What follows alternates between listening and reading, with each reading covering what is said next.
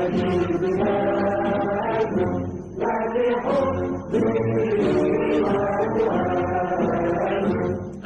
for democracy for organizing such an important event, and I really hope that such important event can be emulated in many other campuses. And I believe what we saw today, what we heard today, so many Americans, once they hear what's happening, we will find them supporting freedom, democracy, and rule of law in Egypt. It is upon our responsibility as Egyptians to be able to go around, since we have the freedom to move, and Egyptian brothers and sisters in our country back home do not have that freedom. So let us make the best use of this. I would like also to thank the University of Tennessee here, and I'm really happy that distinguished faculty members of the political science department are participating in this, because it is very important that we engage together.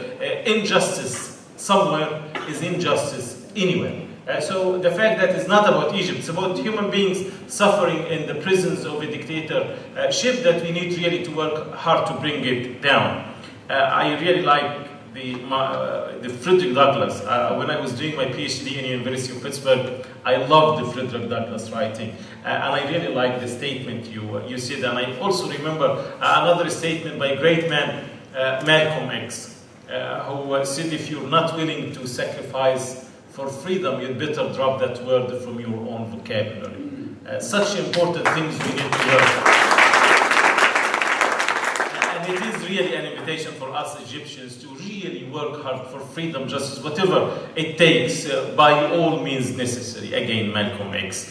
And one thing that we learned from the American history is give me liberty or give me death. I remember on the coup night, I was called by CNN, Christiana Mambour, in my hometown Luxor, and she interviewed me.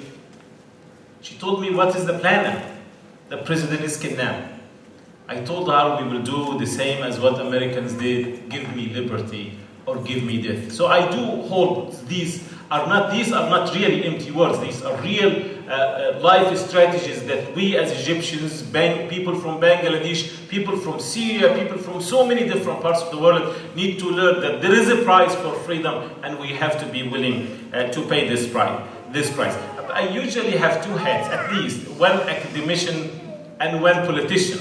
I am an academician by profession, but politician by necessity, not by ambition. I never had the ambition to become a politician. I love academia. I consider the classroom setting is the most important democratic place on the face of the earth. And as an academician, I was teaching. After I got my PhD, I went to Egypt. I was teaching there, and I saw the suffering. I spent 15 years in America, and then I went to Egypt. I saw the suffering on all walks of life. Everywhere there is suffering in Egypt.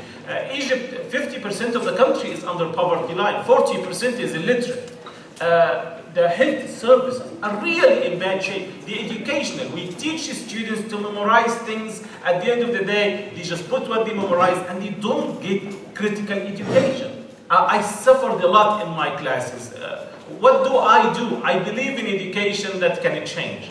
I never believed in education just keeps the status quo. If education does not change people, I personally believe it is useless education. And here you go, I teach in the English department. What do I do? What do I teach people? Do I teach them Romeo and Juliet? Or I teach them Animal Farm? It's a choice. So I used to teach Animal Farm, an enemy of the people, plays and novels that will help the students to understand what's going on around them. Because I saw what the military regime did for 60 years. We suffered beyond imagination on all aspects. Poverty, bribery. You cannot do anything unless you pay money under the table in Egypt. It is terrible. People, there are people in Cairo. After the night comes, they go spend the night in the graveyards. It is that Egypt that we wanted to change. It is that Egypt when people go to the hospital to get the medication, you don't find doctors and they don't find medication. So they end up suffering. So many millions of Egyptians, and I think the Egyptian situation, we have 5% on the top of everything. They have it all. 15% is in service of the 5%. And the 5 and the 15 together try to control the 80%. And that's why we Egyptians decided to go to the streets. after 6 years, from Nasser Sadat to Mubarak. We wanted our freedom. Ancient Egypt is known for the pyramids and the Sphinx. And I always said, now it is time for modern Egyptians to build the new pyramids of freedom and new Sphinx of justice. This is what we wanted. We were not against anyone. We were against the system, the corrupt system.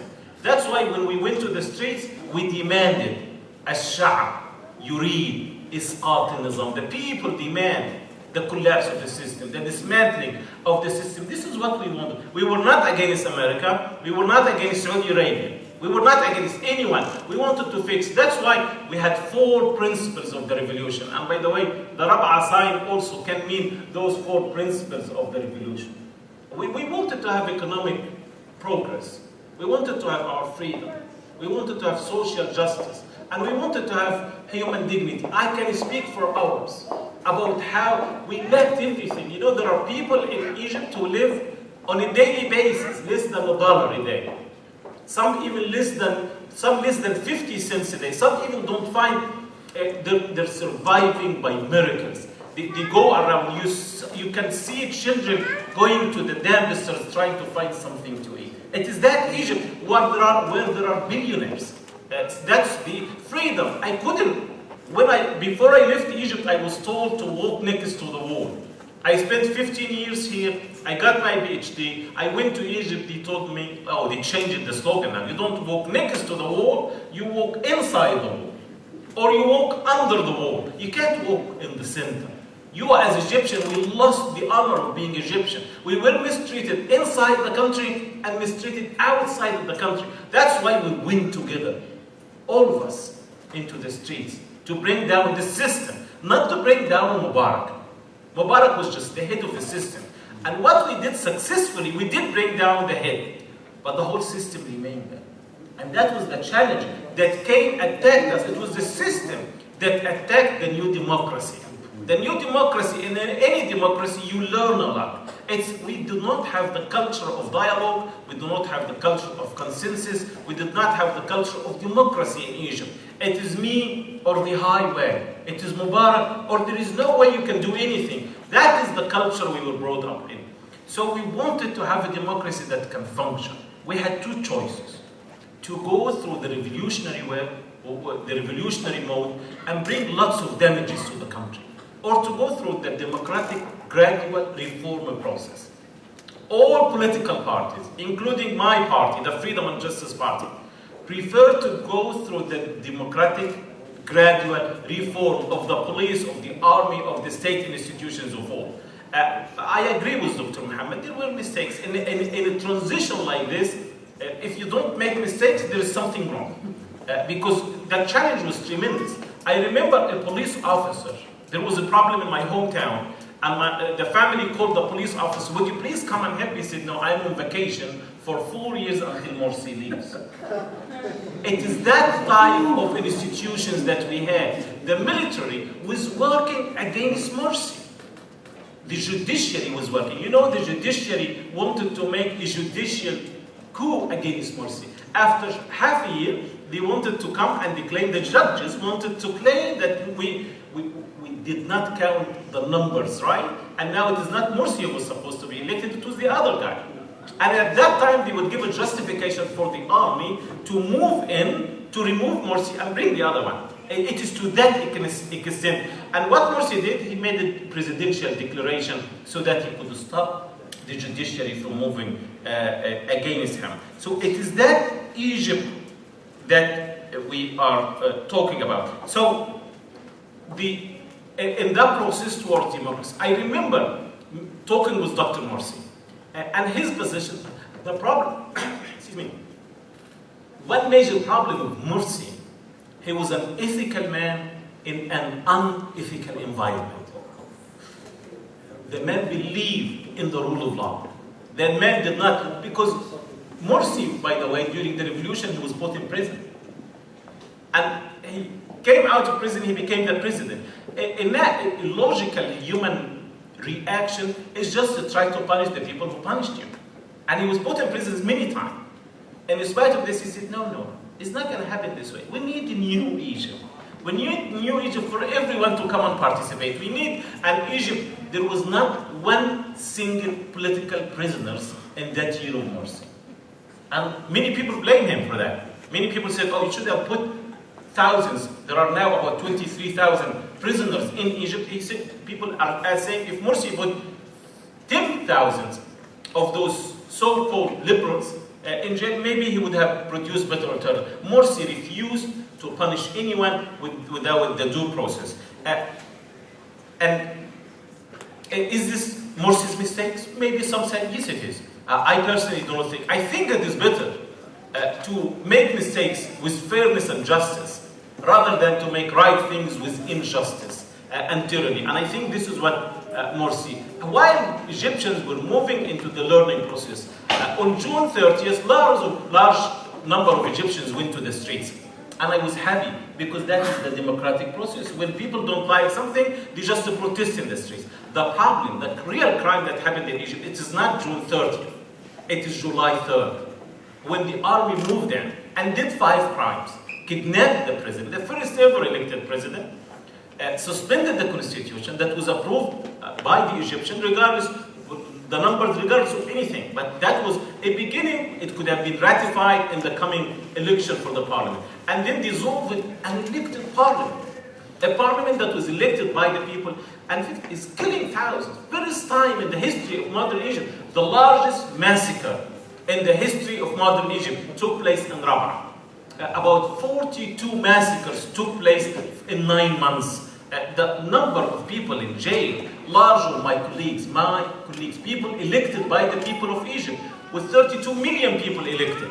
And members of parliament are in jail. Why? I am a university professor as well. No less than 400 university professors are in jail. For what? And they got their PhD from all over the world. It is that Egypt. Now, the regime wanted to suffocate freedom. All TV channels were shut down that belonged to the opposition. There is no freedom of movement. You can't move from one place to another. People, and you know, we're back to the old system, to Mubarak regime. So what do we do? Let me focus on the future. Through my travels to South Africa, to Malaysia, to many different parts of the world, I see serious determination in the hearts and minds of Egyptians. I just came 2 nights ago from Austria. I had a meeting with the Egyptian community there. Everywhere I go, I find Egyptians determined. No way we will go back to Mubarak's days. No way we will accept the military or the police state again. We're determined to have. Because either full freedom or no freedom. Either full democracy or no democracy. So I think Egyptians need to continue this and need to determine not to accept halfways. I'm really sad, to be honest with you, that Lady Ashton of the European Union is going to Egypt. For what? To meet a former defense minister. A former. He's not anymore a defense minister. Why should Lady Ashton put her hands on someone who killed the Egyptians? His hands are full of blood of Egyptians. What are we saying? Why is the American administration still supporting a regime like this? Why can America says, oh, we can't stop the aid? But you know where the aid goes? It goes to the military. That is not right. I came to be educated in this country. I learned a lot from this country. That the ideals of freedom, what President Barack Obama told us in Cairo when he visited us, he said democracy is the way to go. We believe them. But you see what President Obama is doing now? The sanctions that was suggested in the previous panel needs to be imposed on the Egyptian regime. The American administration needs to build a strategic, I like the idea of perception of what the strategic interests are. The perception of America is to build relationship with dictators. That is not going to happen. That will not be tolerated by the people of Egypt. When you kill us in the streets and you say you would like to build a friendship, that is not friendship. I was in the foreign ministry of Austria and I met the minister. The minister said, we're very much interested in cultural dialogue. I said, come on. You can't kill me and you say cultural dialogue. What dialogue is this? I think we are in a crossroad. I wrote my dissertation on the third alternative between Eurocentrism versus Islamism. The relationship between Europe and the Muslim world was always like this. Either Muslims attacking Europeans or Europeans attacking Muslims. I always dreamed of this relationship. Mutual understanding, mutual respect. Can it happen? It determines. Europe and the United States are on a crossroad. Now, if they keep supporting the coup, and if the coup gets institutionalized, because this seems what they're trying to do, is to push for an election so that it gives it false legitimacy. I think we're bringing this old formula back, and I don't think we will be able to develop bridges of understanding between them, because there are awareness now that it is not Sisi who is doing this, it is those who support Sisi. It is those who support Sisi with money, with diplomacy, with all whatever it takes. And I think Egyptians are more conscious now of what is going on. It is very important, and I think no Egyptian with clear conscience or clear mind would support a military regime or would support the military to be involved in politics. The military, we as Egyptians need to agree that the military has to be out of politics. Number two is the final decision. Those who give legitimacy to anyone is the people of Egypt. And then human rights, rule of law, issues of justice and fairness, social justice need to be kept in consideration. International pressure is important. The fact that we're meeting here at the University of Tennessee, respected university, is very important. We're sending a very important message that dictatorship, tyranny, injustice will not be accepted or tolerated. We need not to recognize the coup or any of its ramifications. Whatever they make constitution or election, this should not, because what is built on wrong will continue to be wrong. I think we can do a lot. I think the people of Egypt, I am very proud, and from here, I send my congratulations to the students of Egypt. I am in a university campus, and students can always make a change. Look the role of the students in apartheid, look the role of the students in many, many activities. The students of Egypt now, hundreds of students of Egypt are in jail. Hundreds of them are killed, but they're determined to continue all the way so that they can bring justice, democracy, and rule. There is no future for Egypt without democracy. Don't talk to me about economic progress if I am not a free human being. We're not animals. We don't care about, you feed us and you treat us as animals. It's not going to work anymore. We need to be treated and respected as human beings so that we can work together for economic progress. I am still optimistic.